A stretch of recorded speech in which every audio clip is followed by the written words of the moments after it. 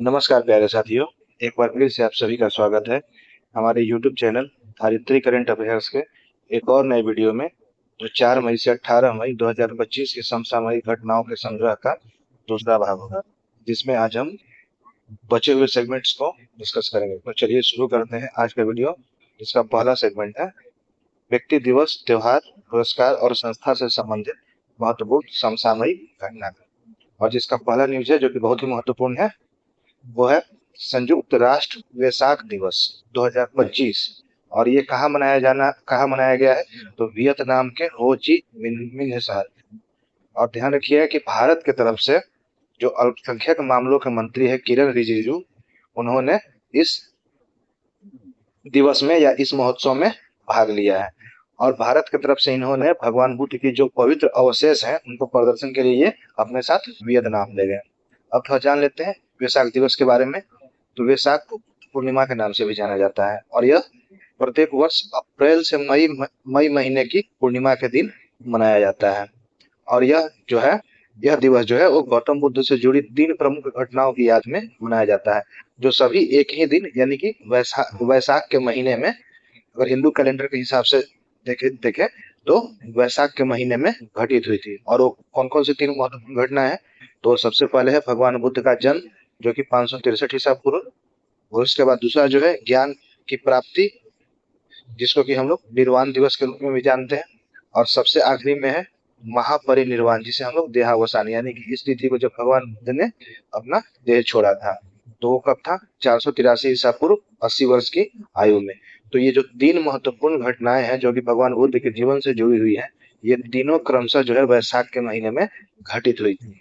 इसी कारण जो है इस दिवस को वैशाख दिवस के रूप में मनाया जाता है, इसलिए इसे याद रखिएगा। 1999 में संयुक्त राष्ट्र महासभा ने बौद्ध धर्म के सम्मान के लिए वैशाख दिवस को एक अंतर्राष्ट्रीय दिवस के रूप में मान्यता दी। तो ये वर्ष भी याद रखिएगा, 1999। अगला न्यूज है पुलित्जर पुरस्कार 2025। तो ये पत्रकारिता और कला के क्षेत्र में, ध्यान रखिएगा, पत्रकारिता के क्षेत्र में भी और कला के क्षेत्र में भी, दोनों क्षेत्र में उत्कृष्ट कार्यों के लिए सम्मानित किया जाता है। और इन पुरस्कारों का प्रबंधन जो है न्यूयॉर्क शहर में कोलंबिया विश्वविद्यालय द्वारा किया जाता है। और इसमें विजेता को एक प्रमाण पत्र, 15,000 अमेरिकी डॉलर का नगद पुरस्कार दिया जाता है। और 2025 में ये पुरस्कार जो है कुल 23 श्रेणियों में दिया गया है। ध्यान रखिएगा, कुल 23 श्रेणियों में यह पुरस्कार जो है प्रदान किया गया है 2025 में। इसमें 15 पुरस्कार जो है पत्रकारिता श्रेणी में और 8 पुरस्कार कला श्रेणी में शामिल किया गया। तो इन सारे तथ्यों को ध्यान में रखा जाना चाहिए।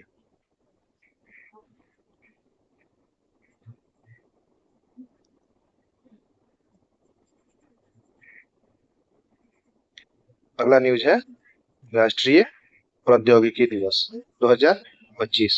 तो यह क्या है, प्रत्येक वर्ष 11 मई को मनाया जाता है। और यह जो है किस किस किस तरह की घटना के उपलक्ष्य में यह मनाया जाता है, किस ऐतिहासिक घटना के उपलक्ष्य में मनाया जाता है, तो 1998 में ऑपरेशन शक्ति के तहत जो राजस्थान के पोखरण में जो सफल परमाणु परीक्षण किए गए थे, उसी महत्वपूर्ण घटना की याद में यह दिवस जो है प्रत्येक वर्ष 11 मई को मनाया जाता है। और ध्यान रखिएगा, ये जो राजस्थान के पोखरण में जो ये परीक्षण किया गया था, वो भारत की तरफ से किया गया दूसरा परमाणु परीक्षण था। और भारत ने अपना पहला परमाणु परीक्षण जो है 1974 में स्माइलिंग बुद्धा कार्यक्रम के तहत किया था। और उस समय ये जो रेजिम था, यानी जो ये कार्यकाल था, वो इंदिरा गांधी जी का कार्यकाल था। और जो दूसरा परमाणु परीक्षण था वो जो किया गया था, वो उस समय अटल बिहारी वाजपेयी जी का वो कार्यकाल था। दो तथ्यों को ध्यान में रखिए।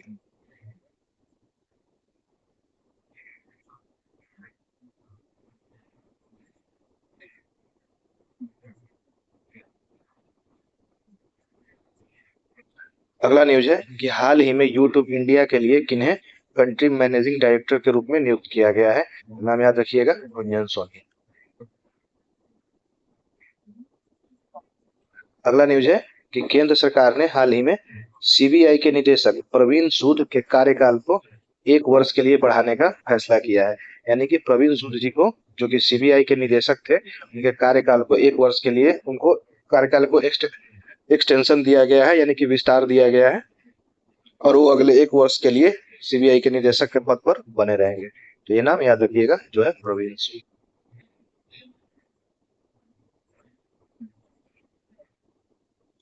अगला न्यूज है कि हाल ही में कोझिकोड, जो कि केरल में है, को बुजुर्गों के अनुकूल नीतियों और बुनियादी ढांचे को बढ़ावा देने के प्रयासों के लिए विश्व स्वास्थ्य संगठन से अंतर्राष्ट्रीय मान्यता प्रदान किया गया है।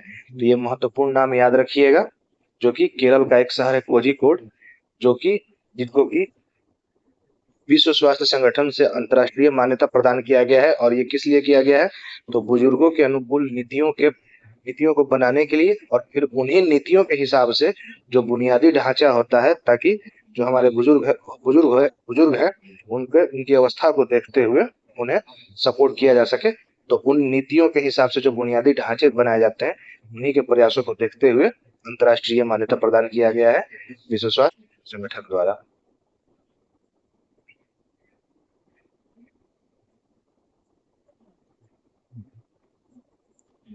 अगला न्यूज है कि हाल ही में एशियाई विकास बैंक के बोर्ड ऑफ गवर्नर्स की 58वीं वार्षिक बैठक का आयोजन इटली के मिलान शहर में किया गया है। तो इससे संबंधित सारे तथ्यों को देखेंगे। तो इस वर्ष का जो थीम है, अर्थात 2025 का जो थीम जो है, वो है अनुभव साझा करना और कल का निर्माण करना।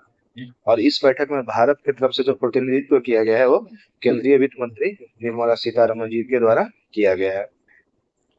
अगला प्रमुख बिंदु है कि एशियाई विकास बैंक के बोर्ड ऑफ गवर्नर की जो 59वीं वार्षिक बैठक प्रस्तावित है 2026 में, वो कहाँ प्रस्तावित है? तो उज्बेकिस्तान के समरकंद में। तो इन सारे तथ्यों को ध्यान ध्यान रखिएगा कि 58वीं वार्षिक बैठक का आयोजन जो इस वक्त किया गया है, वो इटली के मिलान शहर में किया गया है, और 59वीं वार्षिक बैठक जो प्रस्तावित है, वो है उज्बेकिस्तान के समरकंद में। अब थोड़ा एडीबी के बारे में जान लेते हैं, अर्थात एशियन डेवलपमेंट बैंक, एशियाई विकास बैंक। इसकी स्थापना 1966 में की गई थी, और इसका मुख्यालय जो है मनीला, जो कि फिलीपींस का एक शहर है, इसका मुख्यालय वहां पे है। सदस्य देशों का बात किया जाए तो कुल 69 सदस्य हैं, जिसमें से 50 सदस्य जो है वो एशिया प्रशांत क्षेत्र से आते हैं, और अभी वर्तमान में इसके अध्यक्ष है मासातो कांडा। और इस बैंक का उद्देश्य जो है, तो यह सदस्य देशों की सरकारी और निजी क्षेत्र क्षेत्र को करीबी उन्मूलन, विकास और जलवायु संबंधी परियोजनाओं के लिए वित्त पोषण की सुविधाएं प्रदान करता है।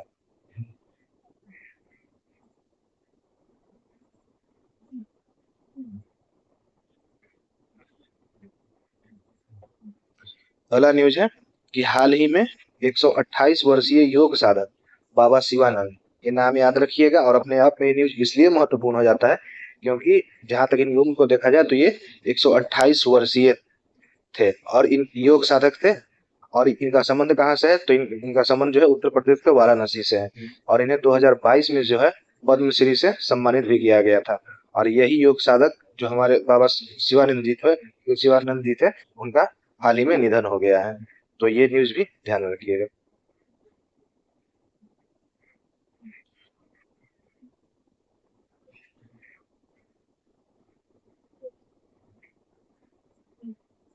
अगला न्यूज है कि हाल ही में डोनाल्ड ट्रंप की हत्या के प्रयास की व्यापक और त्वरित रिपोर्टिंग के लिए ब्रेकिंग न्यूज रिपोर्टिंग श्रेणी में वाशिंगटन पोस्ट को वर्ष 2025 का पुलित्जर पुरस्कार प्रदान किया गया है। तो ध्यान रखिएगा, जैसा कि हमने ऊपर पढ़ा है, कि इस वर्ष का पुलित्जर पुरस्कार जो है 23 क्षेत्रों में 23 क्षेत्रों में प्रदान किया गया है।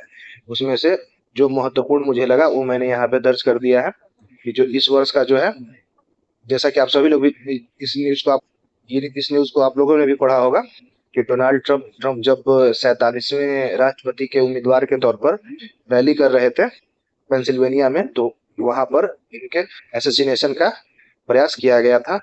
तो उसी के बाद इस घटना के लिए, जो कि वैश्विक वैश्विक दृष्टिकोण से जो सभी लोगों का जिसने निगाह खींचा था अपनी ओर, कि इसी घटना के व्यापक और त्वरित रिपोर्टिंग के लिए जो है ब्रेकिंग न्यूज रिपोर्टिंग श्रेणी में वाशिंगटन पोस्ट को 2025 का पुलित्जर पुरस्कार प्रदान किया गया है।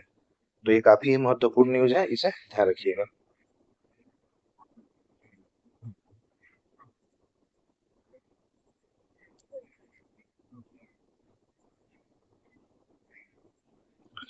अगला न्यूज है विश्व एथलेटिक्स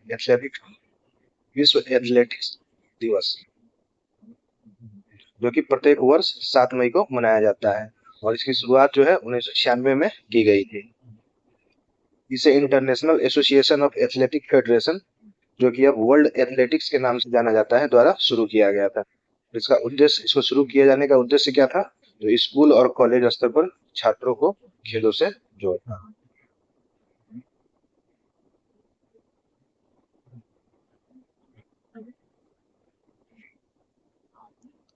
अगला न्यूज है वर्ल्ड रेड क्रॉस डे 2025 और ये प्रत्येक वर्ष 8 मई को मनाया जाता है और 2025 की थीम जो है वह है मानवता को जीवित रखना।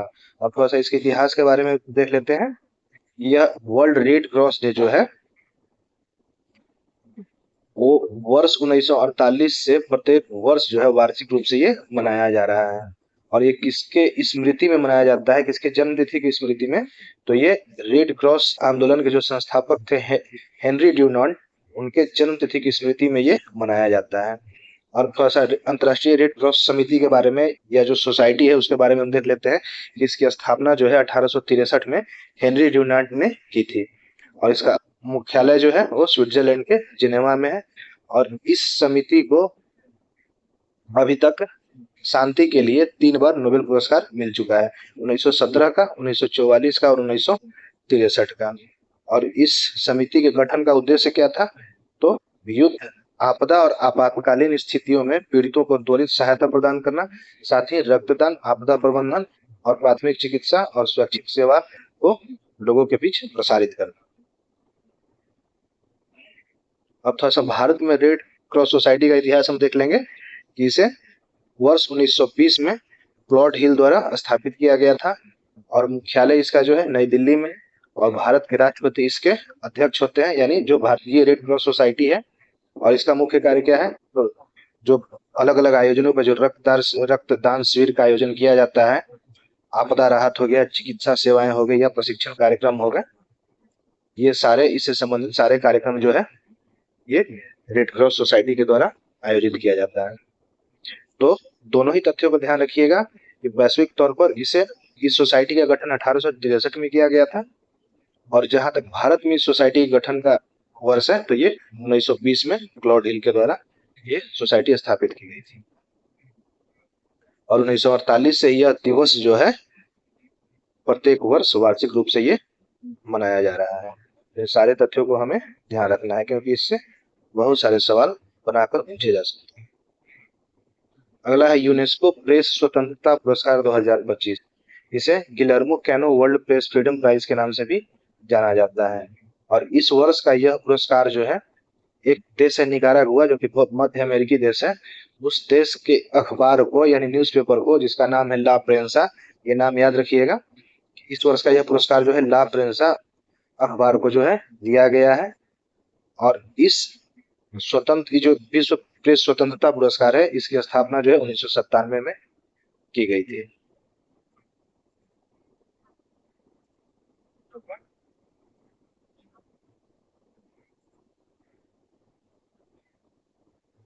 अगला न्यूज है कि हाल ही में राष्ट्रपति द्रौपदी मुर्मू ने सुप्रीम कोर्ट के न्यायाधीश सूर्यकांत को राष्ट्रीय विधिक सेवा प्राधिकरण का कार्यकारी अध्यक्ष नियुक्त किया गया है। अब नालसा है क्या, जिसे हम लोग राष्ट्रीय विधिक सेवा प्राधिकरण के नाम से भी जानते हैं, उसके बारे में हम लोग नीचे देखेंगे, लेकिन फिलहाल ये हमें नाम ध्यान में रखना है कि राष्ट्रपति द्रौपदी मुर्मू जी ने सुप्रीम कोर्ट के न्यायाधीश सूर्यकांत को राष्ट्रीय विधिक सेवा प्राधिकरण का कार्यकारी अध्यक्ष नियुक्त किया है और इस प्राधिकरण के जो पूर्व अध्यक्ष थे वो कौन थे? न्यायमूर्ति बी.आर. गवई। अब थोड़ा देख लेंगे कि नालसा है क्या यानी राष्ट्रीय विधिक सेवा प्राधिकरण। तो इसे वर्ष 1995 में स्थापित किया गया था और इसके गठन का जो उद्देश्य था कि जो आर्थिक या सामाजिक रूप से जो पिछड़े लोग हैं उनको निःशुल्क कानूनी सहायता उपलब्ध कराया जाए। इसके अलावा लोक अदालतों का आयोजन करना ताकि सुलह के माध्यम से मामलों का त्वरित निपटारा हो, जिससे अदालतों में मुकदमों का बोझ कम हो सके। इसके अलावा कानूनी साक्षरता और जागरूकता बढ़ाना या कानूनी साक्षरता और जागरूकता को लोगों तक पहुंचाना और जो पीड़ित हैं उनके पुनर्वास यानी रिहैबिलिटेशन और उन्हें न्याय तक पहुंच में मदद करना। तो ये सभी राष्ट्रीय विधिक सेवा प्राधिकरण के उद्देश्य हैं, तो इन्हें ध्यान रखिएगा। अब इससे संबंधित जो संवैधानिक प्रावधान है या संवैधानिक अनुच्छेद है उन्हें हम देखेंगे कि न्याय तक पहुंच का जो संवैधानिक आधार है वो अनुच्छेद 39 है, जो कि राज्य नीति के निर्देशक सिद्धांत के अंतर्गत आता है। क्या है कि आर्थिक रूप से कमजोर वर्गों को निःशुल्क विधिक सहायता सुनिश्चित करने का यह प्रावधान है, जो कि अनुच्छेद 39 से है। और जैसा कि हम सभी जानते हैं कि राज्य के जो नीति निर्देशक तत्व हैं, इसे डीपीएसपी के भी नाम से जाना जाता है, directive principles of state policy, तो वो भारतीय संविधान के भाग 4 का हिस्सा है और भाग 4 में भी ये अनुच्छेद 36 से 51 तक का हिस्सा है, तो इसे याद रखिएगा। जिसका उद्देश्य क्या है, तो सरकार को सामाजिक आर्थिक न्याय के साथ साथ जो कल्याणकारी राज्य बनाने के लिए जो दिशा निर्देश है वो प्रदान करते हैं ये सारे अनुच्छेद, तो ये हमें ध्यान में रखना है। और इस अनुच्छेद को संविधान में जोड़ा कब गया था, तो इसे 42वें संविधान संशोधन 1976 के द्वारा संविधान में जोड़ा गया।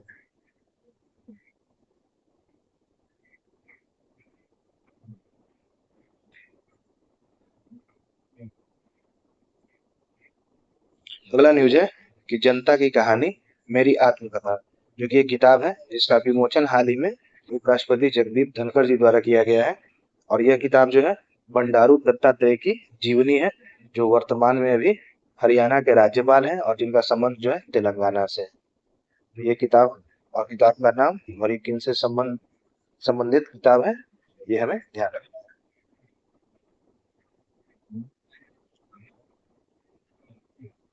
अगला न्यूज है कि हाल ही में किसे भारतीय नौसेना की पहली महिला फ्लाइंग इंस्ट्रक्टर के रूप में नियुक्त किया गया है। काफी महत्वपूर्ण सवाल है क्योंकि ये भारतीय नौसेना की पहली महिला फ्लाइंग इंस्ट्रक्टर है, तो इसलिए ये नाम हम सभी ध्यान में रखेंगे। और वो नाम है दिव्या शर्मा और इनका संबंध हरियाणा से है। अगला न्यूज है जो कि एक और बुक है, एक पुस्तक है, नैरेटिव ऑफ द बेंच और जज स्पीक्स। ये पुस्तक किसके द्वारा लिखी गई है, तो एनवी रमना जी के द्वारा। और ये कौन थे, तो एनवी रमना जी फॉर्मर सीजीआई थे और ये 48वें सीजीआई थे, तो उन्हीं के द्वारा लिखी गई पुस्तक है। और अभी वर्तमान में जो सीजीआई है, चीफ जस्टिस ऑफ इंडिया, वो है बी आर गवई साहब, जो कि अभी 52वें सीजीआई के रूप में कार्यरत है, ये अपनी सेवाएं दे रहे हैं।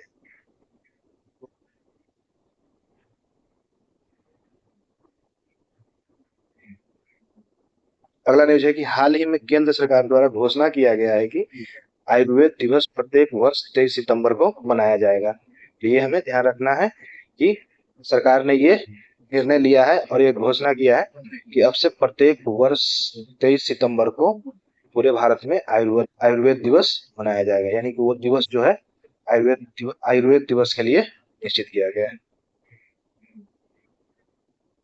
अगला न्यूज है कि वर्ष 2025 का जो विश्व खाद्य पुरस्कार है किन्हें प्रदान किया गया है, तो ब्राजील के एक माइक्रोबायोलॉजिस्ट है डॉक्टर मारियांगेला हंगरिया, उनको ये विश्व खाद्य पुरस्कार जो है प्रदान किया गया है। और ये ध्यान रखिएगा क्योंकि इसे खाद्य एवं कृषि के क्षेत्र में सर्वोच्च सम्मान के रूप में पूरे वैश्विक स्तर पर देखा जाता है। और इस खाद्य पुरस्कार की स्थापना जो है वर्ष 1986 में नोबेल शांति पुरस्कार विजेता नॉर्मन बोरलग के द्वारा की गई थी। और 1986 में स्थापित किए जाने के बाद 1987 में जो ये विश्व खाद्य पुरस्कार पहली बार प्रदान किया गया था, तो उसके पहले प्राप्तकर्ता थे डॉक्टर एम.एस. स्वामीनाथन, जिन्हें भारत की हरित क्रांति के जनक के रूप में जाना जाता है। तो ये हमें ध्यान रखना है, जो कि नॉर्मन बोरलग थे, उनके द्वारा यह स्थापित किया गया था और 1987 में ये एम.एस. स्वामीनाथन को प्रदान कर दिया गया था। और ये पुरस्कार प्रतिवर्ष उन व्यक्तियों को प्रदान किया जाता है जिन्होंने वैश्विक खाद्य आपूर्ति में महत्वपूर्ण योगदान दिया है। तो इस तरह से आज का हमारा एक और सेगमेंट समाप्त होता है। अब हम लोग अगले सेगमेंट पर बढ़ेंगे, जो है खेल से संबंधित महत्वपूर्ण समसामयिक घटनाक्रम। और उसमें पहला न्यूज है कि एशियाई खेल के 20वें संस्करण का वर्ष 2026 में आयोजन 19 सितंबर से 4 अक्टूबर 2026 तक जापान में किया जाएगा। तो ये प्रस्तावित है, अभी इसमें समय है, लेकिन फिलहाल हमें यह ध्यान रखना है कि ये प्रस्तावित है तो कहाँ है, तो ये जापान में प्रस्तावित है। और ये एशियाई खेल का 20वां संस्करण होगा। और जहां तक 19वें एशियाई खेल और चौथे पैरा एशियाई खेल का बात किया जाए तो उसका आयोजन जो है चीन में किया गया था।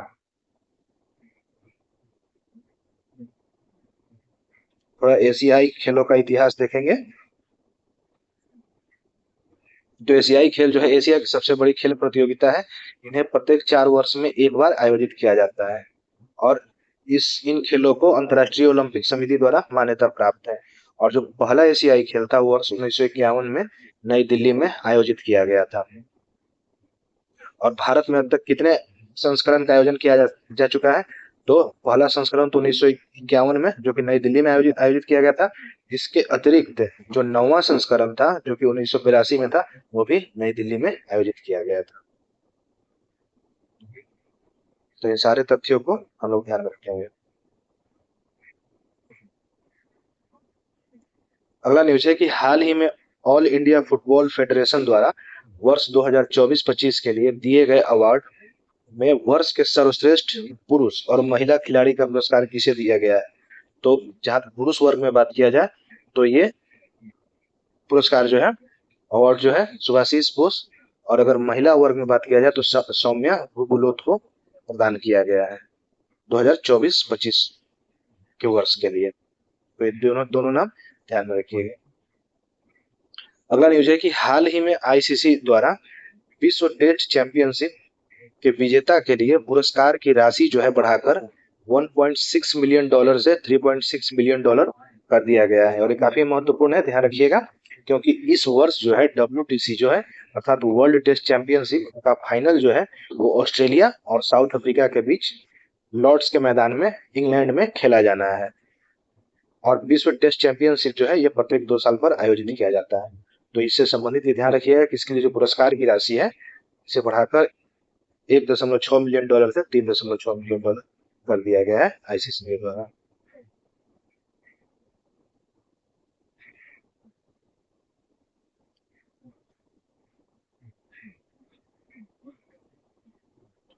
अगले न्यूज की तरफ हम लोग चलेंगे। खेलो इंडिया यूथ गेम्स 2025 जिसके के 7वें संस्करण का आयोजन जो है 4 से 15 मई 2025 तक बिहार में आयोजित किया गया है। और ये बिहार के कुल 5 जिलों में आयोजित किया गया था, जिनमें कौन कौन से जिले हैं, पटना, राजगीर, बेगूसराय, गया और भागलपुर। तो इन नामों को याद रखिएगा। और इस बार जो है यह खेल जो है 12 दिवसीय यह आयोजन 27 खेलों के साथ संपन्न हुआ है। यानी कि 12 दिवस की इस आयोजन में कुल 27 स्पर्धा जो थे इसमें शामिल किए गए थे, जिनमें 3 प्रमुख स्पर्धाएं जो थी जिनमें जिम्नास्टिक, शूटिंग और साइकिलिंग, इनका आयोजन जो है नई दिल्ली में किया गया था। और इस बार के खेलो इंडिया यूथ गेम्स का जो शुभंकर था यानी मैस्कॉट वो गज सिम्हा था, यानी गज और सिंह यानी हाथी और शेर। और जो शीर्ष प्रदर्शन करने वाले राज्य यानी मेडल टैली में अगर देखा जाए तो पहले स्थान पे महाराष्ट्र है, दूसरे स्थान पे हरियाणा है और तीसरे स्थान पे राजस्थान रहा है। तो ये भी हमें ध्यान रखना है। और चूंकि इसका आयोजन बिहार में किया गया था तो जहां तक बिहार का बात किया जाए तो बिहार इसमें इस मेडल टैली में वो 15वें स्थान पर रहा है। बिहार ने कुल 36 पदक जीते हैं, इसमें 7 स्वर्ण पदक है, 11 रजत पदक है और 18 कांस्य पदक है। और 36 पदकों के साथ बिहार जो है 15वें स्थान पर रहा है। इसे ध्यान रखिएगा। अब थोड़ा सा देख लेंगे कि खेलो इंडिया यूथ गेम्स है, इसे क्या है, इसे कब शुरू किया गया था और किस उद्देश्य के लिए इसको शुरू किया गया था। तो इसे भारत में स्कूल और कॉलेज के छात्रों के लिए राष्ट्रीय स्तर की बहुविषयक खेल प्रतियोगिता के रूप में शुरू किया गया था। और कब शुरू किया गया था, प्रधानमंत्री के द्वारा वर्ष 2018 में। और इसका पहला संस्करण 2018 में नई दिल्ली में शुरू किया गया था। और वर्ष 2019 में इसका नाम बदलकर खेलो इंडिया यूथ गेम्स कर दिया गया था। और ये भारत सरकार की खेलो इंडिया पहल का हिस्सा है। और इसका उद्देश्य जो है खेल संस्कृति को बढ़ावा देने के साथ साथ जमीनी स्तर पर जो खेल प्रतिभाएं हैं को पहचान दिलाना। और ये कुल दो श्रेणियों में आयोजित किए जाते हैं, और वो है 17 वर्ष से कम आयु के स्कूली छात्र और 21 वर्ष से कम उम्र के कॉलेज के छात्र। तो खेलो इंडिया यूथ गेम्स से संबंधित जितने भी सारे महत्वपूर्ण बिंदु हैं उन्हें ध्यान में रखिएगा।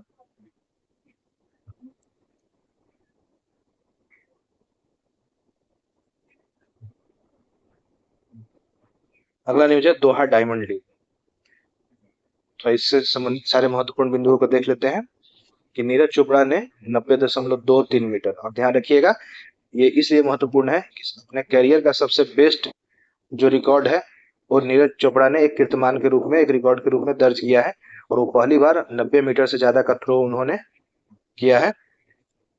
तो नीरज चोपड़ा ने 90.23 मीटर दूर भाला फेंककर नया कीर्तिमान स्थापित करते हुए रजत पदक के साथ दूसरा स्थान प्राप्त किया है, और इन्होंने अपने करियर में पहली बार 90 मीटर की दूरी को पार किया। ये काफी दिनों से प्रयास कर रहे थे, लेकिन 90 से थोड़ा कम रह जाते थे, 89 और 90 के बीच में, लेकिन इस बार पहली बार ये 90 का जो है बैरियर इन्होंने पार किया है। और 90.23 मीटर के थ्रो के साथ नीरज चोपड़ा पुरुषों की भाला फेंक में यह उपलब्धि हासिल करने वाले पहले भारतीय और तीसरे एशियाई बन गए हैं। और इस लीग में, इस स्पर्धा में जो विनर रहा है वो, उस विनर का नाम है जूलियन वेबर, जिनका की संबंध जर्मनी से है, और उन्होंने 91.06 मीटर का थ्रो किया, और इस थ्रो के साथ पहले स्थान पे है, यानी कि गोल्ड मेडल विनर। इसे ध्यान में रखिएगा। इस प्रकार हमारा आज का एक और सेगमेंट समाप्त होता है। अब हम लोग बढ़ेंगे आज के वीडियो की आखिरी सेगमेंट की ओर, जो कि है बिहार से संबंधित समसामयिक घटनाक्रम।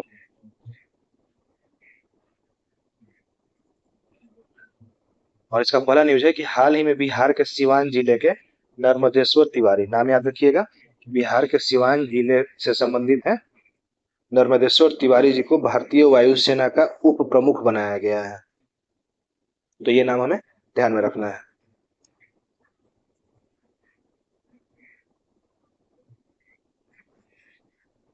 अगला न्यूज है कि हाल ही में बिहार सरकार द्वारा राज्य में वर्ष 2028 तक 17% वन विस्तार का लक्ष्य निर्धारित किया गया है। यानी सरकार ने ऐसा लक्ष्य निर्धारित किया है कि वर्ष 2028 तक हमें राज्य के कुल भूभाग के 17% पे वन का विस्तार कर देना है। अब थोड़ा सा रिपोर्ट देख लेते हैं इससे संबंधित कि बिहार वन स्थिति रिपोर्ट 2023 के अनुसार राज्य में वन क्षेत्र 7% से बढ़कर 15.5% हो गया है। और वर्तमान में बिहार के जो वन, पर्यावरण एवं जलवायु परिवर्तन मंत्री हैं वो डॉक्टर सुनील। अगले न्यूज की तरफ हम लोग बढ़ेंगे कि हाल ही में भारत सरकार द्वारा बिहार सरकार के श्रम संसाधन विभाग को ऊर्जा दक्षता और पर्यावरण संरक्षण के क्षेत्र में 5 स्टार रेटिंग प्रदान किया गया है। तो ध्यान रखिएगा कि भारत सरकार द्वारा बिहार के किस विभाग को, तो श्रम संसाधन विभाग को ऊर्जा दक्षता और पर्यावरण संरक्षण के लिए क्षेत्र में 5 स्टार रेटिंग प्रदान किया गया है। और साथ ही इस विभाग के अंतर्गत जो पटना स्थित नियोजन भवन है उसको भारत सरकार ने 5 स्टार की रेटिंग से सम्मानित किया है। और वर्तमान में बिहार के श्रम संसाधन विभाग के मंत्री जो है वो संतोष कुमार सिंह। अब अभी से आखिरी सेगमेंट का जो आखिरी न्यूज है वो है कि हाल ही में बिहार के राजस्व एवं भूमि सुधार मंत्री संजय सरावगी द्वारा Atlas of water bodies of Bihar का लोकार्पण किया गया है। ध्यान रखिएगा कि Atlas of water bodies of Bihar का लोकार्पण किनके द्वारा किया गया है, तो राजस्व एवं भूमि सुधार मंत्री संजय सरावगी द्वारा। इसमें बिहार के सभी नदियों, आर्द्र भूमियों, तालाबों सहित अन्य जल निकायों की पूरी जानकारी दी गई है। और वर्तमान में भी बिहार में 3 रामसर साइट्स हैं, और तीनों के जो नाम है वो है कांवर झील जो कि बेगूसराय में है, और नागी और नकटी पक्षी अभ्यारण्य। ये 2 अलग अलग अभ्यारण्य है, ध्यान रखिएगा, नागी पक्षी अभ्यारण्य और नकटी पक्षी अभ्यारण्य जो कि जमुई में है।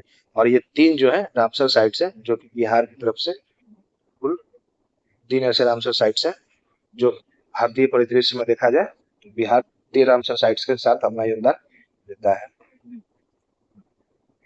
तो इस प्रकार आज का हमारा वीडियो समाप्त होता है मित्रों। अगर आपको यह वीडियो अच्छा लगा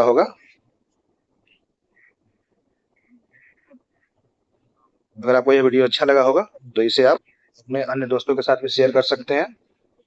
अगर मेरा प्रयास अच्छा लगा होगा तो वीडियो को लाइक अवश्य करिएगा, चैनल को सब्सक्राइब करिएगा तथा बेल आइकन को प्रेस कर दीजिएगा, ताकि जब भी मैं अगला वीडियो बनाऊं तो उसका नोटिफिकेशन आपको मिल सके। साथ ही अगर कोई आपका कीमती सुझाव है, कमेंट है, तो उसे कमेंट बॉक्स में जरूर दर्ज करिएगा। इसी के साथ मैं इस वीडियो को समाप्त करता हूँ। एक बार फिर से आप सभी को नमस्कार, जय हिंद, वंदे मातरम।